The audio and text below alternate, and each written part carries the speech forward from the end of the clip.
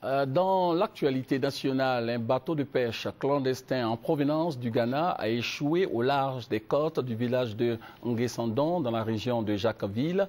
L'équipage était composé de 20 Ghanéens et de 6 Chinois. Le constat a été fait sur le terrain par le ministre des Ressources halieutiques, Kwasi Adjoumani. Le point de la situation avec notre reporter Abou Sanogo.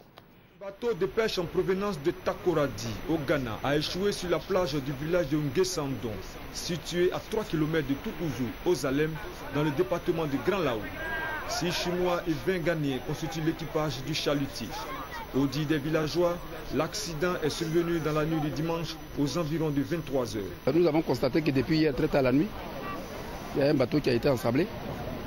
Malheureusement, c'est un bateau clandestin ghanéen avec des équipages coréens. Ils sont venus jusqu'à la rive ici pour attraper du poisson, puis malheureusement, comme il n'y a pas de profondeur, la vague les a projetés de côté.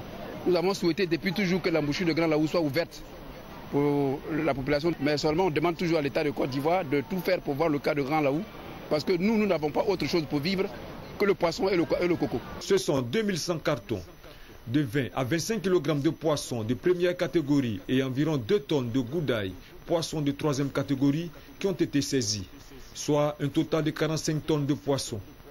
Les pêcheurs, qui s'expriment en chinois et en anglais, affirment que l'accident serait dû à une erreur de pilotage. Propos rejetés par le capitaine Kochi, l'officier de sécurité au niveau des eaux. Selon lui, le bateau était en situation de pêche alors qu'il ne peut le faire au-delà de 4000 nautiques.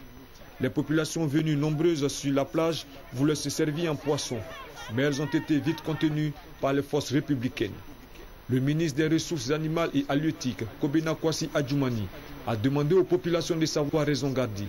Pour lui, le poisson contenu dans le bateau doit subir des analyses en laboratoire et un contrôle des vétérinaires pour s'assurer de sa bonne qualité avant consommation. C'est un bateau frauduleux, un navire de pêche frauduleux, un navire de pêche pirate qui vient voler le poisson dans nos eaux. Donc nous devons saisir ce bateau parce qu'ils sont venus piller nos eaux et ce n'est pas normal. Il faut signaler que l'équipage ne dispose pas d'autorisation pour pêcher dans les eaux ivoiriennes.